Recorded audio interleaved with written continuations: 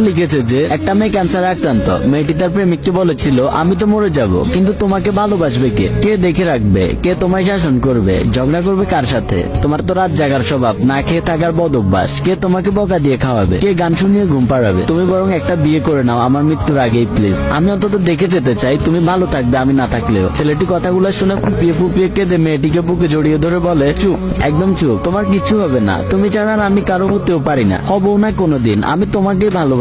তুমি আমার পাগলি, তুমি মরবে না, মরতে পারো না, স্রষ্টা এমনটা করতে পারে না। তখন মেয়েটির চোখ বেয়ে অশ্রু গড়িয়ে পড়ে, বুকের কষ্টগুলো ছাইচা পাগলের মতো ফুসে ওঠে। ও ভাবে যে এমন ভালোবাসার মানুষকে ছেড়ে দিতে হবে। মেয়েটি বলল, জানো আমার অন্ধকারে খুব ভয় লাগে, অথচ দেখো কয়েকদিন পর চিরস্থায়ী অন্ধকারে থাকতে হবে। বলো না কি করে থাকবো? জানো খুব ইচ্ছে করছে তোমার বুকে মাথা রেখে সারাটা জীবন আলোয় থাকতে। কথাগুলো শুনে ছেলেটির মুখে অশ্রু জলে মাখামাখি, দুজন দুজনকে বুকের মাঝে জড়িয়ে কেঁদে যাচ্ছে নীরবে। এই ঘটনার কিছুদিন পরে মেয়েটির মৃত্যু হয়। ছেলেটি প্রতি রাতে মেয়েটির কবরের পাশে বসে থাকে, একের পর এক মোমবাতি জ্বালিয়ে মেয়েটির কবর আলোকিত করে। রাতে ছেলেটি ঘুমায় না, এই ভেবে যে তার প্রিয় মানুষটা অন্ধকার সহ্য করতে পারে না। ইদানিং ছেলেটিরও ক্যান্সার ধরা পড়েছে, খুব টেনশন আছে ছেলেটি। মৃত্যুর চিন্তায় না, ছেলেটি ভাবছে সে চলে গেলে তার প্রিয় মানুষটার কবরে মোমবাতির আলো জ্বালাবে কে? সে যে অন্ধকার খুব ভয় পায়, ভালো থাকুক ভালোবাসাটাও পারে। আসলে যে যাই বলুক, ছেলেরা একটু বেশি ভালোবাসে। মন থেকেই বলি।